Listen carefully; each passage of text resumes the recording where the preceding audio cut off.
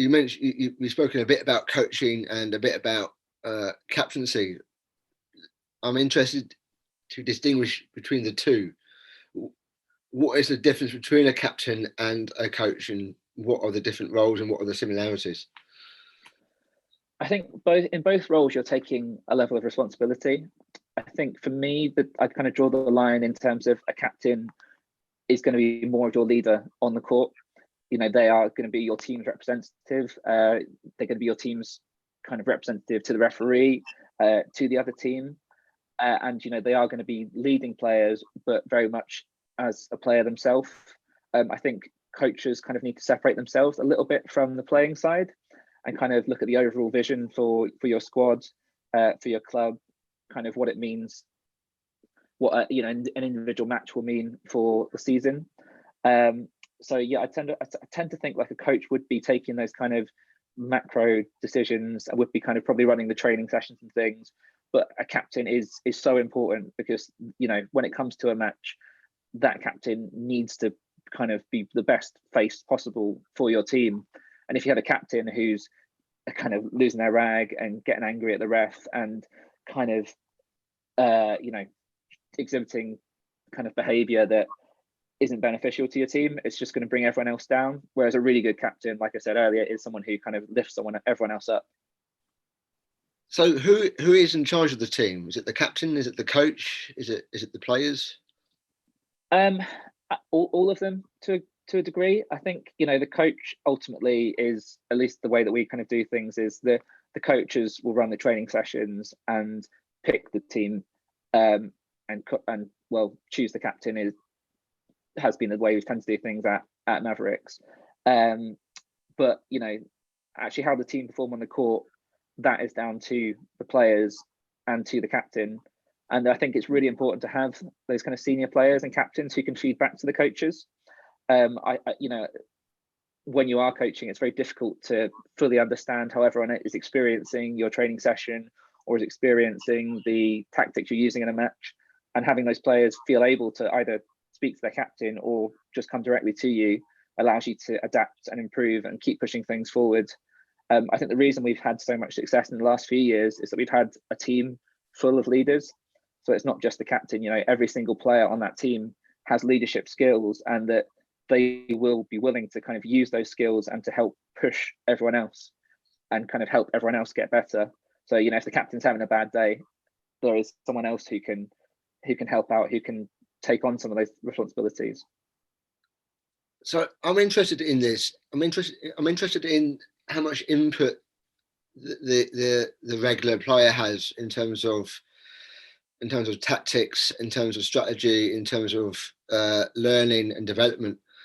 One of the things discussed quite a bit in this series is the pros and cons of a wider leadership group. Mm-hmm. The traditional viewpoint of captaincy is that there is a captain and a vice captain, and then that's it. I think that comes predominantly from football. Does that work in korfball? Does that work in the Edinburgh Mavericks? How do you do it? I'm a fan of a kind of wide leadership group, for sure.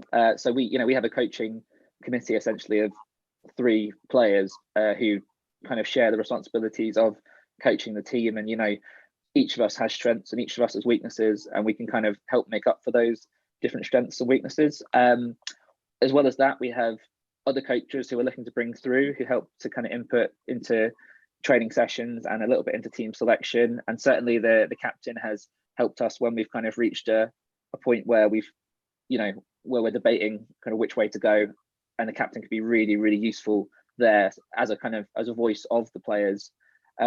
So I think that kind of the idea of kind of one kind of dictator like leader, or with their vice captain backing them up or whatever, I don't think that, for us, that definitely doesn't work. I think it needs to be a group.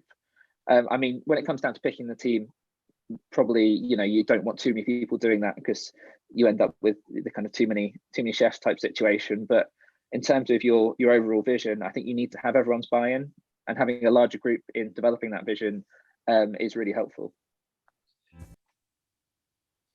As we move into games, into the game-based part of the conversation here, let's make the distinction between strategy and tactics. Strategy is more long-term. It's sort of season-orientated, or if you have a 5-year plan, then that's where strategy comes in. Tactics are more short-term. It's more sort of game-based. That's the definition I've been using for this series. How much input does the captain have in terms of tactics for a game and adaptations during a game? I would say that the coach would probably be the person who sets the tactics and kind of lays them out. I'd say within a game, a captain is really useful as someone who can kind of come to the coaches if they're on the sidelines and let them know what is and what isn't working. I mean, you know, a good coach can hopefully recognize that themselves, but if the captain is someone that you trust and you know they have that ability to interpret the game, they can play that. It's such an important role. Again, especially with 2 divisions going on. As a coach, you know, you're often speaking to the division where the ball isn't, and that, you know, as soon as it moves down the other end, then you're kind of rushing to the other side and trying to speak to them. So having that person on the court who can just give you that little bit of extra is really, really important. Off the pitch, and I suppose in the wider context of the club, there seems the Mavericks, yours team, seems to be quite communal in terms of communication, in terms of it seems to be open to the wider group settings in terms of how you make decisions and how you come to in terms of the long-term strategy. On the game day itself, is it a bit more autocratic? I'd say so. Yeah. I think you know you do rely on a coach in that situation. I mean, you know, if you have 8 players all come with their own idea of what the you know what the tactic should be, it's just going to be absolute chaos. So you do need that kind of that person to set the team out, to kind of set the tone of what you want to do, and that can change in a game. You know, a team might come and surprise you. They might have different players. They might play in a different way, and again, that'll be up to the players on the court. And they're kind of, you know, you're in a kind of micro battle. In korfball, you kind of have an attacker and a defender, and you tend to stick with the same person. So you know, you might recognize where there's battles that you're going to win, battles which might be more challenging, and you might kind of have to adapt around that. But I think that's one of the most fun parts of the sports for the coach and for the players is figuring out kind of how to win, and that can change every single game. And yeah, having a captain who's able to kind of see those things as well, you know, that just helps the coach kind of immeasurably to have that person they trust who can back up their vision. Because you know, I'm sure people will know when they're coaching, sometimes it's very hard to place yourself within the game. You know, so it might look really easy, but actually the person's having to work really hard. And you know, having players who can kind of communicate that to you, that makes your job so much easier. When you've been captain and the tactics set by the coach just simply aren't working during a match, how often did you just make a decision during the game, make an adaptation during the match, and without consulting the coach? I think I was probably do it more as a captain than I would like to as a coach, if you know what I mean. Yeah, I think it's always difficult. Again, at korfball, there are occasions, you know, where a lot of the times the coaches are players as well, and the coach might be down the other end, so you might not be able to consult with them and say we need to change things, and you might need to make that change in that moment. Again, hopefully, if you've kind of got a level of respect for each other, that if you do make that decision, the coach will be able to take on board the reasons why you've done it.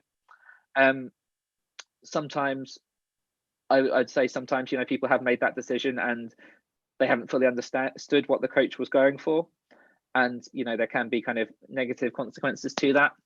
I tend to trust the players. You know, they're the ones playing the game. They're the ones recognizing what's working and what's not.